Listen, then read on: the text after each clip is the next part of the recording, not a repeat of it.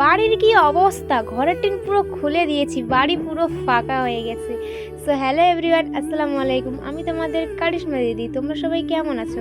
আশা করি তোমরা সবাই ভালো আছো, আর আমিও কিন্তু প্রচুর ভালো আছি। তো চলো আমাদের বাড়িটা নিয়ে তোমাদের সঙ্গে কিছু কথা শেয়ার করাই যাক। তো আমাদের যে ঘরগুলো ছিল কিন্তু ছোট ছোট, আর বাড়ির পিছনে কিন্তু অনেকটা জায়গা পড়েছিল। তো বাবা অনেকদিন ধরে বলতেছিল বাড়ির পিছনে যে জায়গাটা পড়ে আছে ঘরগুলো ভেঙে দিয়ে সেই জায়গা বরাবর একটু বড় করে ঘরগুলো তুলবে। তো সেই কারণে আমাদের বাড়িটা ফাঁকা খোলা মাঠের মতো হয়ে গেছে। ফাঁকা মাঠ হোক বা ফুটবল খেলা মাঠ হোক, বাড়ি তো বাড়ি, ঝাড় তো দিতে লাগবেই, তাই না? তো কখনো আমি বসে কখনো দাঁড়িয়ে আর কি ঝাড়টা দিয়ে দিচ্ছিলাম।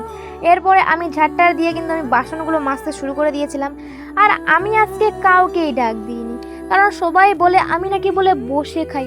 তো আজকে আমি কাউকেই ডাক দিইনি, আজকে আমি একাই একাই ভিডিও করেছি, একাই একাই বাসন মেজেছি, একাই একাই বাড়ি ঝাড় দিছি। আজকে আমি কাউরে ডাক দিইনি। তারপর যখন আমি সব কাজ কইরা নিলাম, তখন আমার বোন আর কি ঘুম থেকে উঠে মুচকি হেসে দিল যে ওরে বাবা, আমার দিদি আজকে সব কাজ করে নিছে। তো কি আর করার, সবাই কয় আমি বলে বসে খাই বসে খাই। তো আজকে না একটু কাজ করে খেলাম। তো চলো আজকের মতো এই পর্যন্তই। সবাই ভালো থাকবে, সুস্থ থাকবে। Love you all, tata.